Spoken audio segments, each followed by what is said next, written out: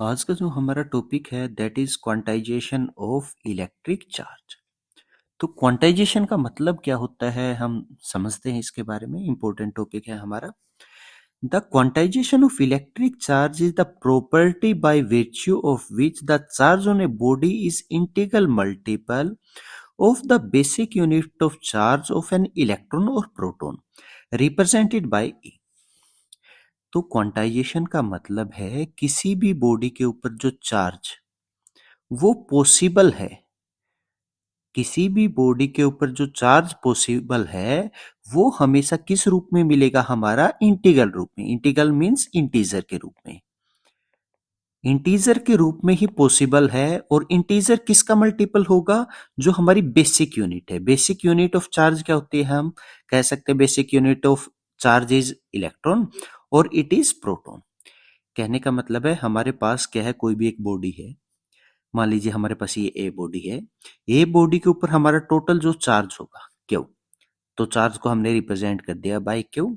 तो इसके ऊपर जो चार्ज होगा वो क्या होगा, integer n. N means integer, integer रूप में होगा। और इंटीजर रूप में किसका इंटीजर होगा, ये बेसिक यूनिट ऑफ चार्ज। तो ई का मतलब क्या है, हमारा चार्ज ऑन इलेक्ट्रॉन भी हो सकता है एंड चार्ज ऑन प्रोटॉन भी हो सकता है। नेक्स्ट है हमारा जो यहाँ पे फार्मूला है क्वांटाइजेशन का, that is Q is equal to n ई।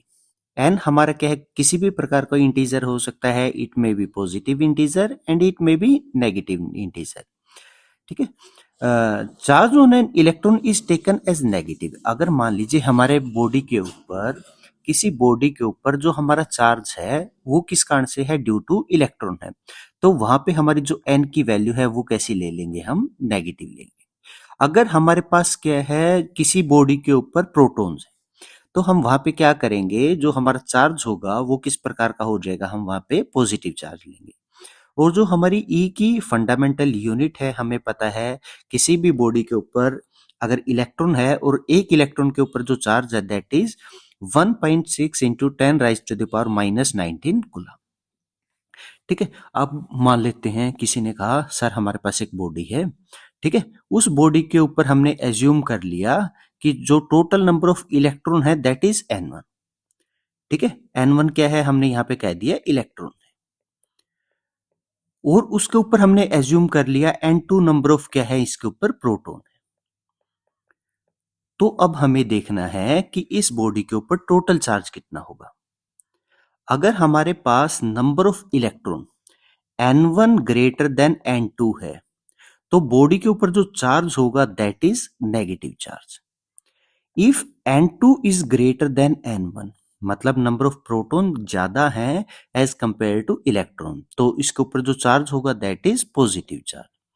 लेकिन अब हमें देखना टोटल कितना नेगेटिव होगा या टोटल कितना पॉजिटिव होगा। तो उसका हमारा फार्मूला है Q is equal to n1 minus n2 into e, या हम n2 माइनस n1 भी लिख सकते हैं। तो हम क्या करेंगे, जिसकी संख्या ज्यादा है उसमें से कम को माइनस कर देंगे।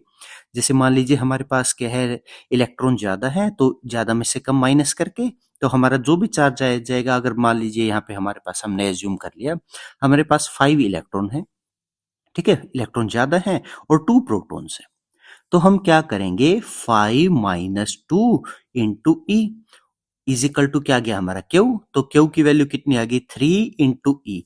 ई का हमें पता है कितना है 1.6 into 10 raise to the power -19 coulomb. और ये अगर हमारा क्या है, जैसे हमारा इलेक्ट्रॉन ज्यादा थे तो इसके जो टोटल चार्ज होगा वो किस प्रकार का आ जाएगा, नेगेटिव आ जाएगा। अगर मान लीजिए इसको उल्टा मान लेते हैं हम, हमारे पास क्या है, नंबर ऑफ प्रोटॉन की संख्या हमारे पास 10 है, नंबर ऑफ इलेक्ट्रॉन हमारे पास क्या है 8 है। ठीक है, तो इस पे चार्ज कितना होगा, हम क्या करेंगे 10 माइनस 8 इंटू ई। ई का मतलब चार्ज ऑन 1 इलेक्ट्रॉन, तो कितना हो जाएगा हमारे पास 10 minus 8 2 e. E means 1.6 into 10 raise to the power -19 coulomb. और ये चार्ज किसके कारण है, प्रोटॉन की संख्या ज्यादा है, तो इस पे जो हमारा चार्ज बचेगा वो किस प्रकार का हो जाएगा, पॉजिटिव होगा।